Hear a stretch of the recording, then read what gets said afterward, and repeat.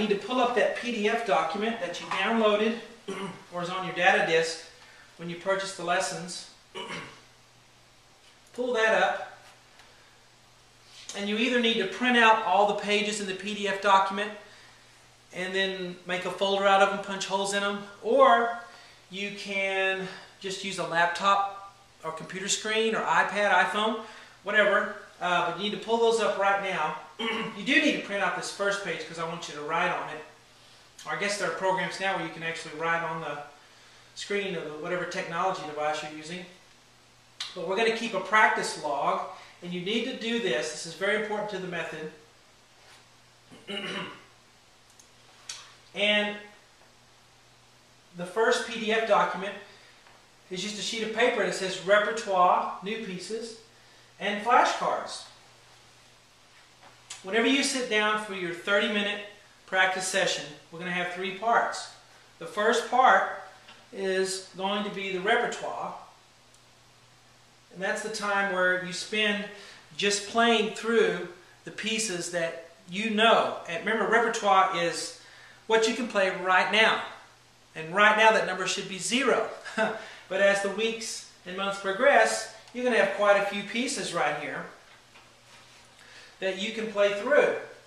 And that'll always be what you do first. It's a great confidence builder to sit down and play through 10 or 15 pieces pretty well and get through them and do a good job at them. Really will make you feel good about yourself. So that's the first section of the 30 minutes. That may only take a few minutes when we first start here, but it'll end up taking 5 and 10 minutes as you learn more and more pieces from this method.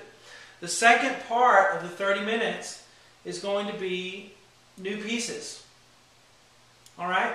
That's going to be pieces that you haven't started to memorize, where you actually have to still read the notes. Okay? It won't stay a new piece for very long. And once it does, we'll transfer it over to the repertoire section. So let's say we start off in lesson 1 is a new piece. You begin working on it and you get it down pretty good. Alright, so what we'll do is we'll put a line through, we'll mark it off, and then we'll move it over here to our repertoire section. And then the new piece will become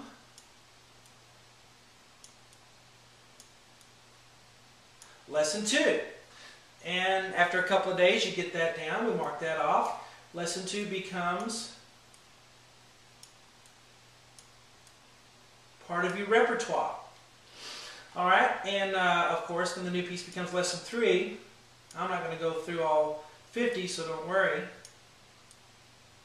But at this point, when you sit down for a practice session, the first few minutes of your 30 minutes is going to be spent playing through lesson 1 and lesson 2, and then we'll move on to the new piece, lesson 3.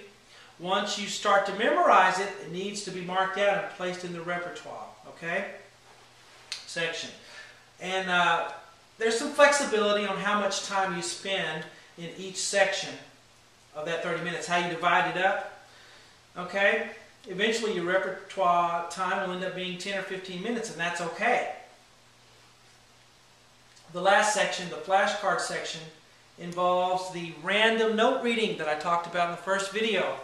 Now, random note reading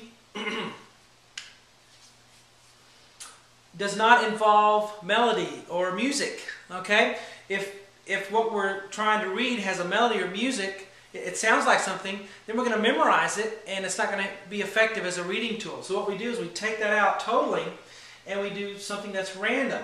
There's a PDF file in here that's just flashcards, and you can print them out and cut them out and set them up on your piano or keyboard, you know, and then play through those and then shuffle them up and then play through them again and then shuffle them up and play through them again 4 or 5 times each practice session, and those will be really helpful to you. But that needs to be part of your 30-minute practice session, okay? So repertoire, then new pieces, or maybe it's just one new piece that you're working on. And then the flashcard will be the last section of that, okay? So that's will be something you need to do every practice session. These 3 sections, make sure you have all three, and write in your log. Keep track of what you're doing. Now on the flashcards, you can just put a check mark if you want for that day, or you could put how many note cards you have memorized, okay? Because we're not going to start out with all 24, 25 flashcards. We're going to start out with 3, 4, and 5, all right? And you can write those here in this section. And then as you learn more, you can add them on there, okay?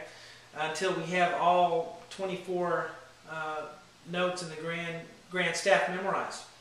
All right, so let's stop the video and then we'll get to actually learning to note read.